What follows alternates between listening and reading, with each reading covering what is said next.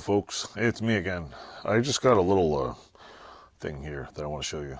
I got an antique guy comes to my store and I was buying weird things, and one of the things I got was something we probably all remember back in the day when some of us, not the younger generation, I can actually say that because I'm not exactly young anymore, so a lot of people my age might remember these things, might would have seen the thing here. Remember these things? Black handled things. These are Monarch 509-510.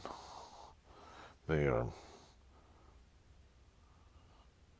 hot drop steel, made in Italy. Made in Italy. Look at that. Paint's a little worn off, but these things cut beautifully. I mean, let's see. They cut perfect. So yeah, I mean, they're Italian made. Back when they probably made nice stuff in Italy. Now it's, I don't think they make these in Italy anymore. You can feel the, so yeah, let's see. And if you can see the marking on it. You can see they got a little bit of patina there. Paint removal patina. It says Monarch on this side, right here, I think. You can see it. Is that upside down? I can't see. Let's see. No, Monarch is this way. This way.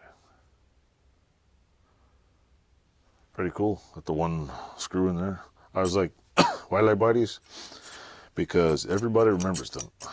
I remember the teachers like, don't cut your finger. I couldn't. Nowadays you can, if I can get like 9 more of these, I'll make a, what do you call it? Edward Scissorhand glove. But yeah, try to make the little, make the haircuts. So anyway, just thought I'd show you something. I'm gonna hang this in my store, or just because. And it's cool. They got the little bow in there, so it cuts it. I don't know if they were bent like that or what, but they have a little, kind of a curve in there. Just, you hear it. Hear it. Where it goes, it finishes. Pretty cool. Anyway, not bad. Thanks for watching. Don't forget to like, subscribe. Toodles.